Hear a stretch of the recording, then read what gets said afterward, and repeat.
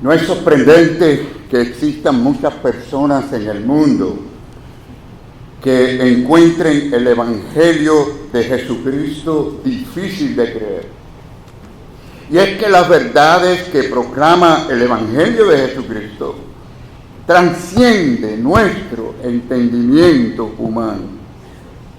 Sin embargo, lo triste es que algunos hacen de la fe algo más complicado, yo diría, de lo que Dios demanda, así tropezando en lugares que son equivocados.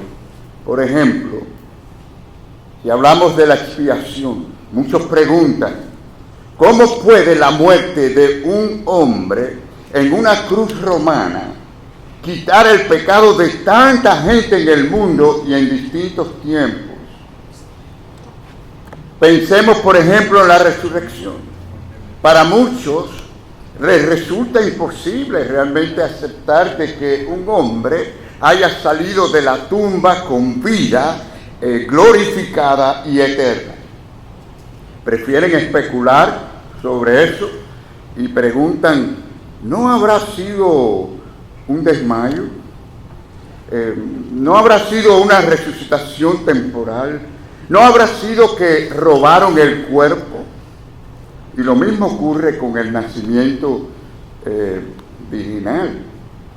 Es decir, que es negado incluso por sectores que son considerados protestantes modernos. O los milagros, también es otro de los temas.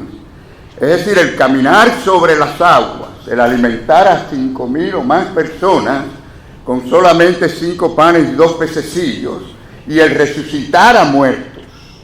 Para muchos son relatos increíbles, y así, hermanos, quedan perplejos, quedan atrapados la gente en duda. Pero vamos a mirar primeramente el mayor misterio. Miren, la verdad o la verdadera, vamos a decir, dificultad, sin embargo, no está tanto en la cruz del Viernes Santo ni en la resurrección del domingo, aunque reconocemos, hermanos, que sin la resurrección de Cristo no existiría el cristianismo, porque no habría evidencia de la realidad de un Dios que vino al mundo. Pero no podemos negar que el misterio supremo del Evangelio es precisamente lo que encontramos en la Navidad, que es la encarnación de Dios. Y piense bien, es la afirmación, la encarnación es la afirmación más asombrosa que nosotros podemos encontrar en la fe cristiana. ¿Por qué? Porque si usted puede creer que Dios se convirtió, se vistió de hombre en la persona de Jesucristo de Nazaret, sin dejar de ser Dios, entonces no tendrán ningún problema en creer todo lo demás que encontramos en el Nuevo Testamento. Y hermanos, se trata del segundo hombre, dice la Biblia, el segundo Adán, perfecto. Jesús tomó nuestra naturaleza sin dejar de ser plenamente Dios. Y así, hermanos, en Él se unen esos dos misterios, la pluralidad de personas en la unidad de Dios. Es decir, Cristo es la unión visible de ese misterio de la encarnación y mantiene una unidad, una relación, una comunión perfecta con el Padre. La unión de la divinidad y la humanidad en una sola persona, es decir, 100% hombre, 100% Dios. Y aquí, hermanos, en el pesebre de Belén descansan las profundidades más insondables, es decir, no las podemos explicar humanamente o completamente. Esto es en la revelación que tenemos para nosotros. Juan lo resume con palabras, yo diría simples, sencillas, pero a la vez son palabras gloriosas. Juan dice así tan sencillamente, y el Verbo se hizo carne. Es decir, el Todopoderoso, la realidad del universo, apareció como un bebé indefenso, necesitado de alimento, de abrigo, de enseñanza incluso. Tal milagro, hermanos, ¿quién lo puede realmente explicar o entender completamente? Y mientras más lo analizamos o lo meditamos, hermanos, más asombroso resulta. Este es el verdadero escándalo del cristianismo. Este es el verdadero escándalo del cristianismo, porque aquí es donde tropiezan los judíos, aquí es donde tropiezan los musulmanes, los unitarios, los testigos de Jehová y muchos otros. Es decir, que la incredulidad respecto a la encarnación es la raíz de las demás incredulidades sobre los milagros, la expiación, la resurrección y demás. Pero cuando la encarnación es para usted una realidad, entonces todo lo demás cobra sentido. Es decir, si el verbo realmente, el verbo eterno se hizo carne, es el agente del Padre en la creación, entonces todo encaja. Tiene sentido lo que dice Hebreos capítulo 1, cuando dice la palabra, o declara que Dios hizo el universo, por quien asimismo hizo el universo. Entonces no es extraño, amados hermanos, que el autor de la vida venciera la muerte en la cruz del Calvario. Y si esta muerte fue real, porque fue por el Hijo de Dios, el Dios encarnado, entonces tiene un significado salvador para la humanidad condenada. La encarnación es un misterio insondable, amados hermanos, pero es a la vez la clave que le da coherencia a todo el Nuevo Testamento. Porque el que nació en Belén, si no es el Dios encarnado, entonces nada tiene sentido. Y por eso preguntamos, ¿quién es este niño? Imagínense, pensando en que es el Dios y que es la fuente de toda existencia y toda riqueza, no nació en un palacio, sino en un humilde pesebre, en un oscuro pueblo de aquellos días, conocido por Belén, lugar de donde vino David y su familia. Pero para empezar, Jesús nació fuera de un mesón, porque ya el mesón estaba lleno, no había lugar para él y nadie le ofreció un cuarto ni una cama a una mujer en proceso de dar a luz. Es decir, el Hijo Eterno fue colocado en un establo donde comen los animales. Y quiero decirles que cualquier lector sensible a esto que estamos diciendo, a esta magnitud, tiene que estremecerse ante la insensibilidad humana y la humillación que rodeó aquel nacimiento del Señor Jesús. Sin embargo, el propósito de Juan no es dar historia, no es contar una historia linda, sino señalar la identidad de aquel que nació en Belén. Y aquí el Nuevo Testamento nos ofrece dos grandes verdades, verdades gloriosas, porque primero nos dice que el bebé nacido en Belén, ¿quién era? Era Dios. Y lo afirma repetidamente y usando el título unigénito, que ya dice que es de la misma esencia, es el mismo Dios, la misma esencia del Padre. Pero esta afirmación, claro que ha traído malas interpretaciones. ¿Significa esto que hay dos dioses? El cristianismo es politeísta, del cual nos acusan los judíos, los musulmanes. ¿O acaso Jesús es un ser creado por Dios, inferior al Padre, como señalaron los arrianos y que hoy todavía sostienen los unitarios y los testigos de Dios?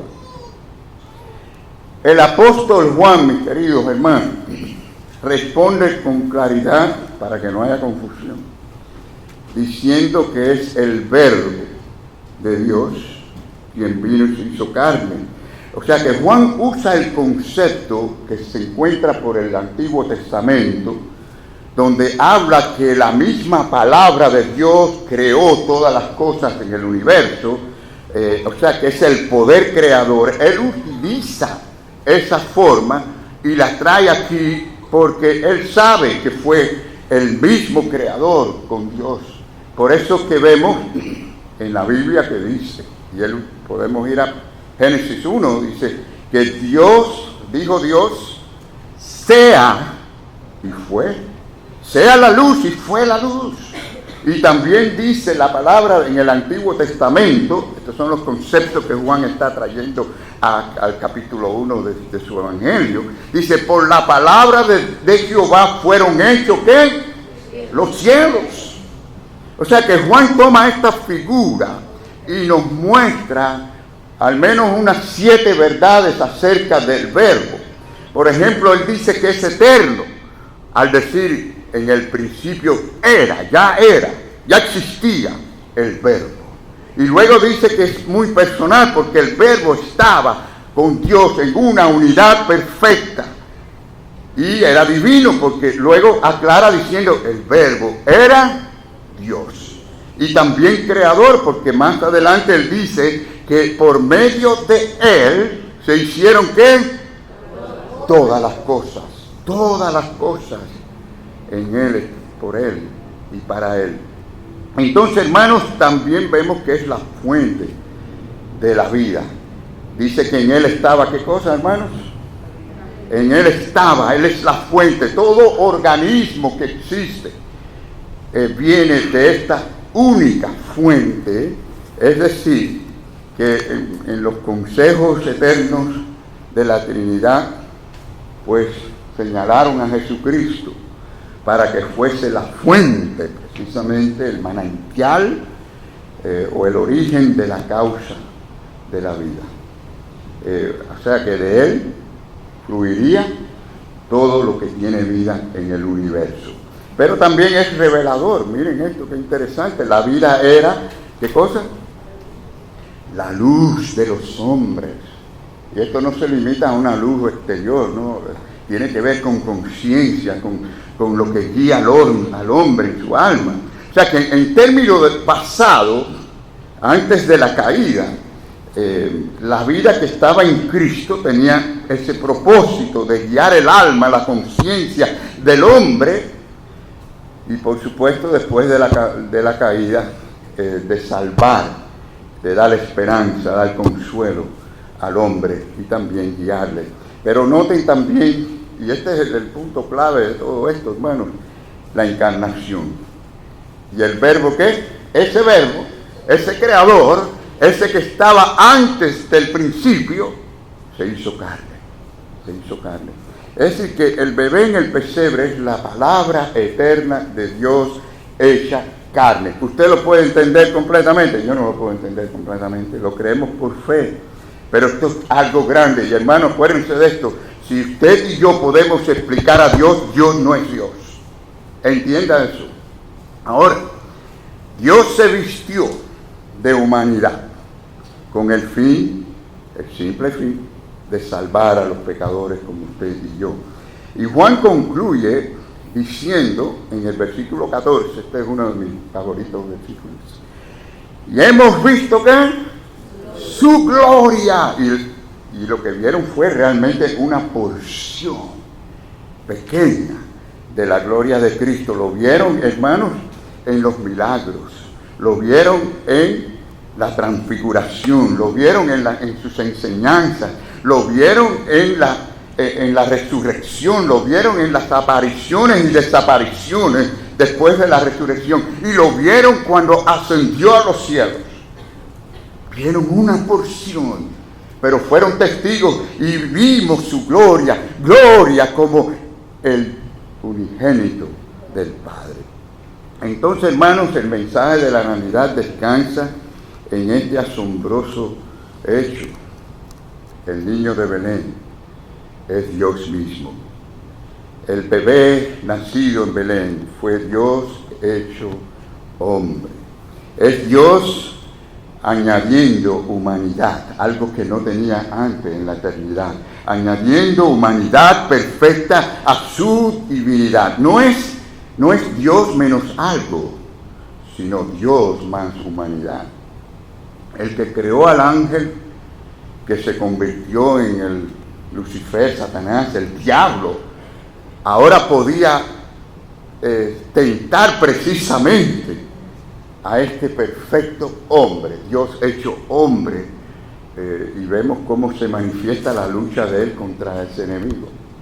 Y gracias a él es que tenemos la victoria nosotros también sobre nuestro enemigo. Entonces la carta, por ejemplo, a los hebreos nos consuela mucho con esta verdad, porque nos dice, y vamos allí a Hebreos 2, nos dice la palabra, pues en cuanto él, refiriéndose a Cristo, él mismo padeció siendo ¿qué?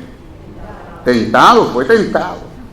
Es poderoso para socorrer a quienes, a los que son tentados. Entonces, hermanos, usted y yo tenemos esa capacidad, esa habilidad de poder acudir a él en cualquier tentación, porque él sabe lo que es esas tentaciones y nos ayuda, nos socorre.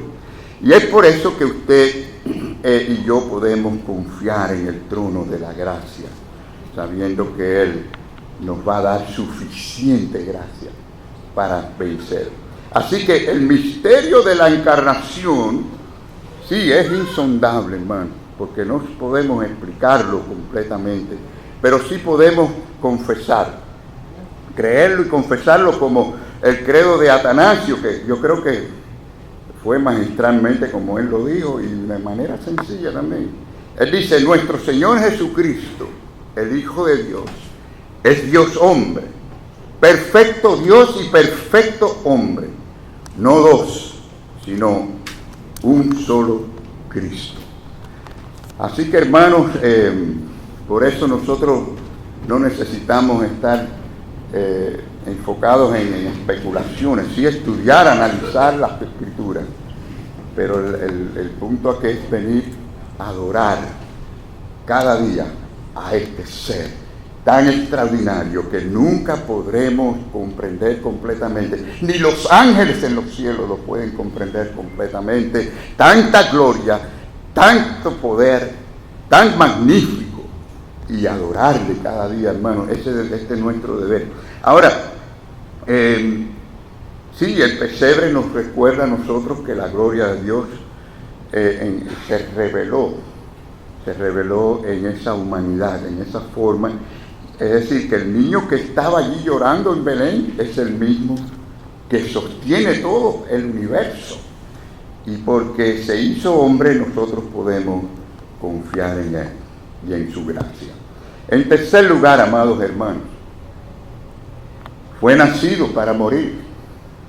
O sea, que cómo usted y yo debemos de pensar en la encarnación, cómo debemos de ver la Navidad y todo lo que tiene que ver con la Navidad. Saben, el Nuevo Testamento no nos invita a nosotros tanto a especular sobre este misterio en aspectos físicos, psicológicos, sino a adorar a Dios, porque el amor está revelado allí en su Hijo Jesucristo. Y el apóstol Pablo lo expresa con esta firmeza, él lo dice así: él, siendo en forma de Dios, no estimó ser igual a Dios como a cosa que aferrarse, se humilló a sí mismo hasta la muerte, y muerte de cruz. Hermanos, la encarnación no la podemos separar de la cruz, no la podemos separar. El Nuevo Testamento no sabe absolutamente nada de una encarnación que pueda definirse aparte, como algo totalmente aparte en cuanto a la relación con la expiación. No podemos separar el pesebre de la cruz, no podemos separar a Belén del Calvario. La cuna en Belén precisamente es el primer paso a esa senda de humillación que culmina en el Gólgota. Pero ese camino hacia la expiación, hermanos, es nuestra riqueza, es nuestra riqueza. La pobreza de Jesucristo es para nuestra riqueza. Es decir, el texto clave para entender la encarnación no es solamente Juan 1:14, donde dice que el verbo se hizo carne, sino tenemos que también ir a 2 de Corintios, donde el apóstol dice que por amor a vosotros se hizo ¿qué?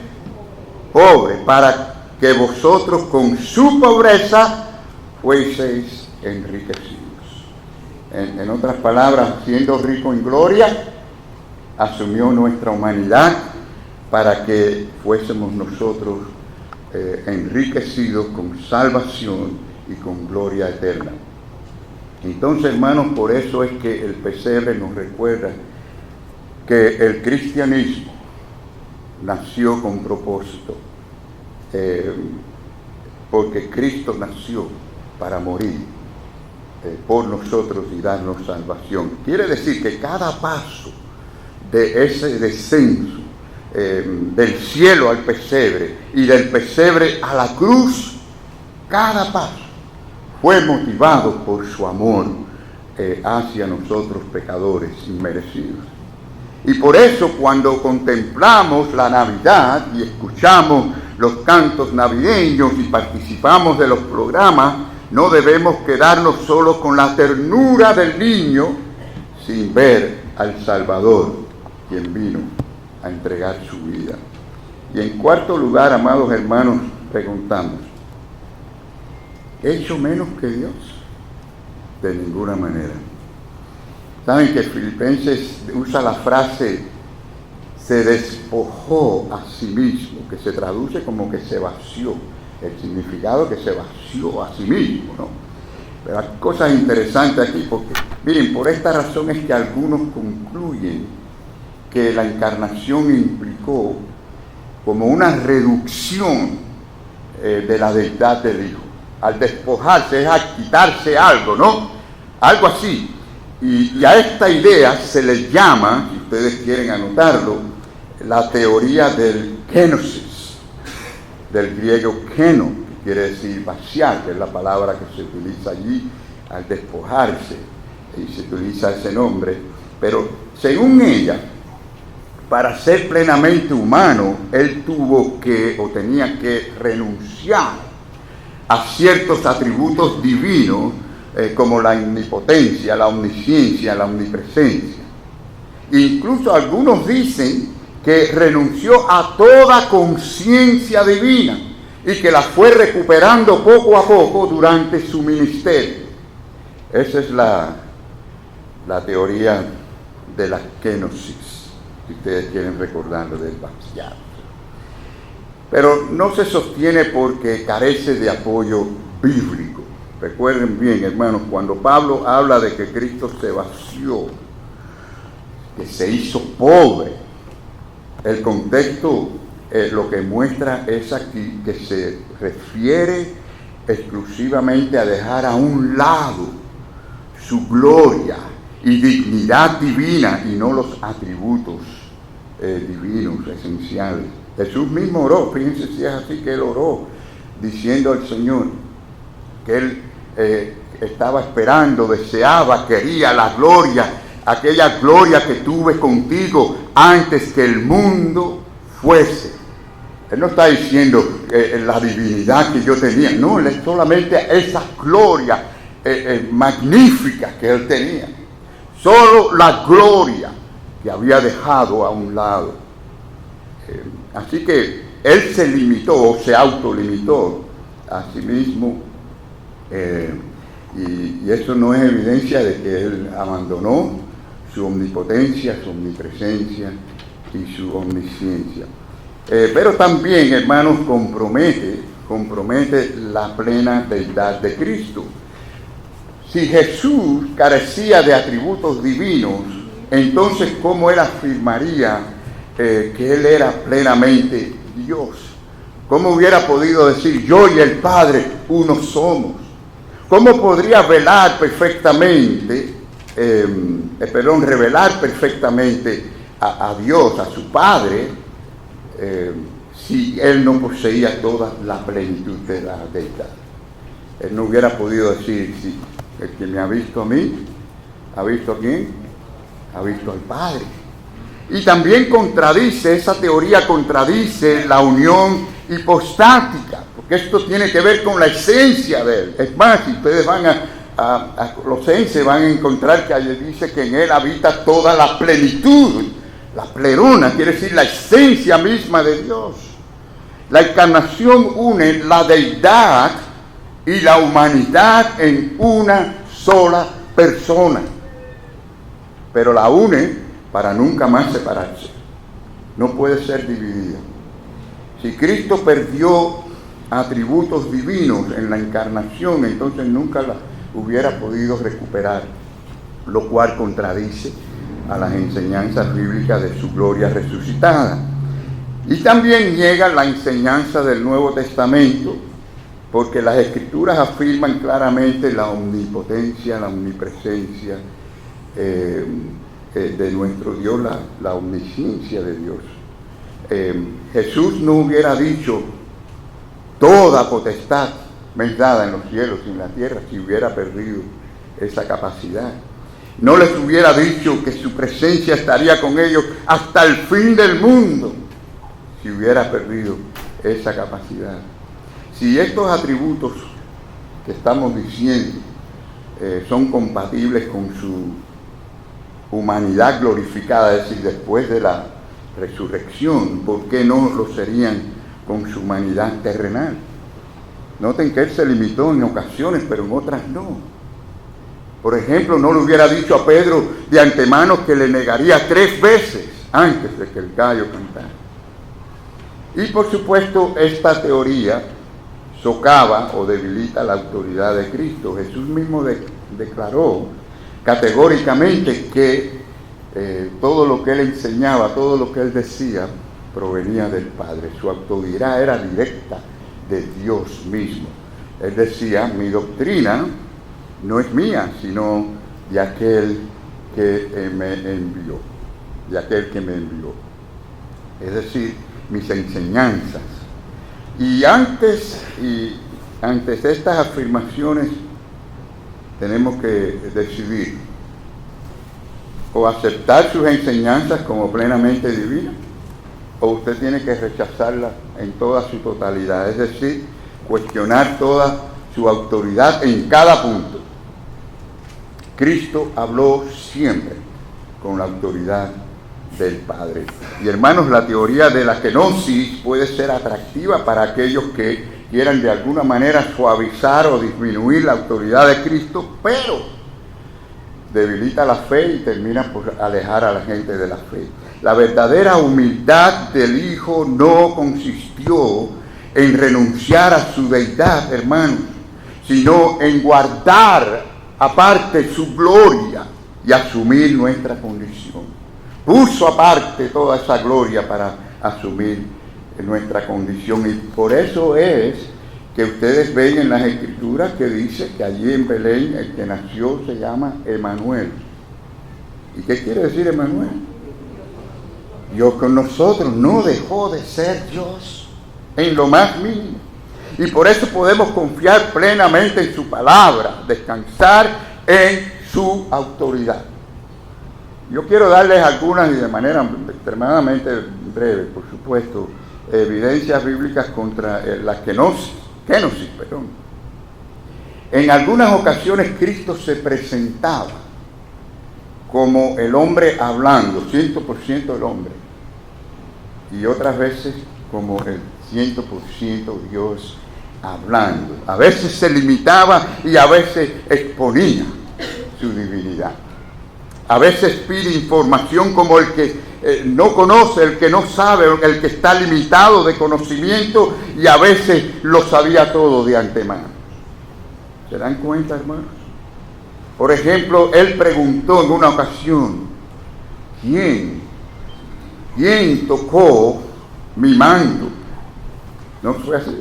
En otra, ¿cuántos panes tenéis? Como el que no sabe. En estos casos era 100% hombre hablando. En una ocasión en que los discípulos le preguntaron sobre cuándo sería su segunda venida a la tierra, él respondió como el hombre limitado. Él dijo, nadie sabe el día ni la hora. Solamente el Padre y su sola potestad lo sabe. Pero en otras ocasiones manifestaba todo conocimiento sobrenatural y hablaba con omnisciencia. Por ejemplo, cuando declaró la vida inmoral de aquella mujer samaritana sin nunca antes haberla conocido físicamente. Cuando supo, por ejemplo, que Pedro hallaría una moneda en la boca de un pez. Cuando declaró la muerte de Lázaro antes de que llegase la noticia. Y en otras ocasiones, por ejemplo, los mismos discípulos, ustedes recuerdan cuando los discípulos preguntaron, ¿qué hombre es este? Y aún los vientos y el mar le obedecen. ¿Qué les parece, hermano? ¿Saben? La explicación a todo esto es simplemente la obediencia al Padre, sometido a un plan específico. O sea, ¿cómo entender esta restricción? Juan nos da la clave aquí, es la sumisión del Hijo a la voluntad del Padre. Él dice así, el Señor dijo, he descendido del cielo no para hacer mi voluntad, sino la voluntad del que me envió. Esa es la parte más maravillosa de esto. El Hijo no aparece aquí como independiente, sino actuando siempre en perfecta unidad y obediencia al Padre. Finalmente, amados hermanos, se hizo pobre. O sea que no fue la pérdida de su deidad, sino el dejar a un lado la gloria celestial. ¿Por qué? Porque vemos en él una restricción voluntaria del poder. Vemos también la aceptación de las aflicciones, de las dificultades, el aislamiento, también los malos tratos de las personas y la malicia y la incomprensión de los hombres. Y finalmente una muerte dolorosa, y más en lo espiritual que en lo físico.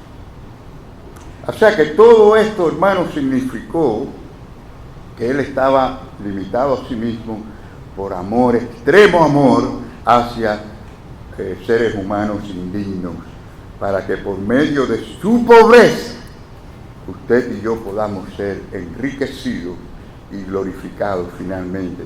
Así que el mensaje de la Navidad es precisamente que hay esperanza, solamente para la humanidad hay esperanza. Una humanidad arruinada por el pecado, una humanidad que está yendo hacia la condenación por el pecado. Hay esperanza, hay perdón, hay paz para con Dios y por supuesto hay gloria eterna.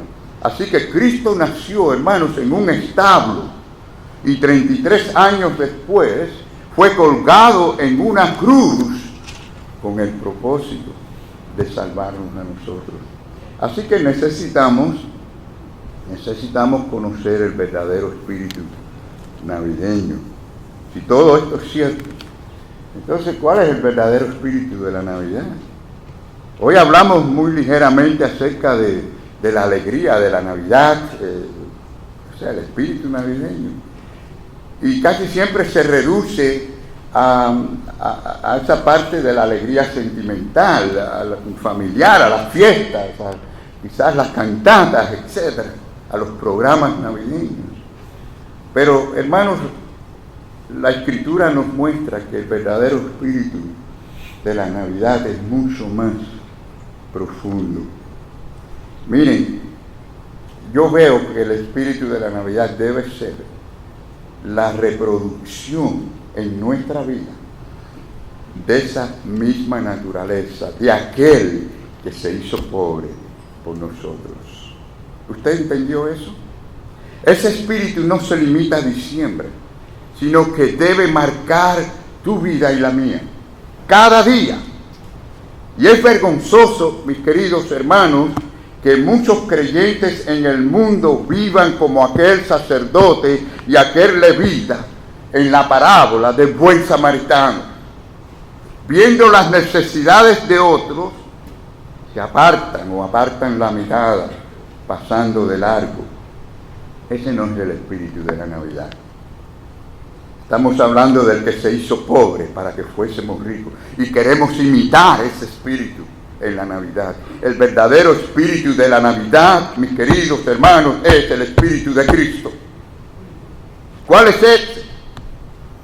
Significa dedicar tiempo, sacrificar tiempo, esfuerzo, cuidado, preocupación para hacer el bien a otros, para servir. Si somos sinceros, hermanos, todos tenemos niveles que escalar y en cuanto a imitar a este espíritu de nuestro Señor Jesucristo. Pero si Dios en su misericordia trae avivamiento a nuestra iglesia o a cualquier iglesia que sea, quiero que sepas que una de las evidencias que será más clara y más visible será esta, la del Espíritu de Cristo. No podemos esperar avivamiento si no estamos dispuestos a seguir ese espíritu de nuestro Señor. Y la palabra dice muy claramente, haya en vosotros este sentir que hubo también en Cristo Jesús. Así que, hermanos, resumimos con las cosas que hemos dicho. El misterio de la encarnación es para realmente adorar al Señor. Que este misterio produzca en ti un deseo genuino de adorar al verdadero Dios encarnado. O sea que esto no es un rompecabezas para tratar de resolver, sino una verdad para adorar. Y también quiero decirte que la Navidad apunta siempre a la cruz del Calvario. Así como Cristo es 100% hombre, 100% Dios, la Navidad apunta 100% a la cruz del Calvario. Porque nos recuerda que Dios no se quedó a la distancia. No, vino al mundo, tomó nuestra carga, nuestras culpas. Por lo tanto, apunta a la cruz y la cruz nos lleva a nosotros a entrar en esa gloria eterna. Hermanos, hoy tenemos también una invitación clara de parte del Señor y es venir a adorarle a Él, al Dios encarnado, al Cristo resucitado, al que se hizo pobre para que fuésemos nosotros enriquecidos. Hacer cada día un eco, en alguna porción, en alguna manera, y pidámosle a Dios que nos dé esa gracia de alguna forma ser un eco de su humildad en este mundo, mis queridos hermanos. Que podamos mostrar ese espíritu de Cristo de esta manera y dar testimonio de su gloria, así como lo dieron los discípulos, los apóstoles, como han hecho los cristianos en todos los tiempos. Ahora nos toca a nosotros aquí dar testimonio de la grandeza de nuestro Señor Jesucristo.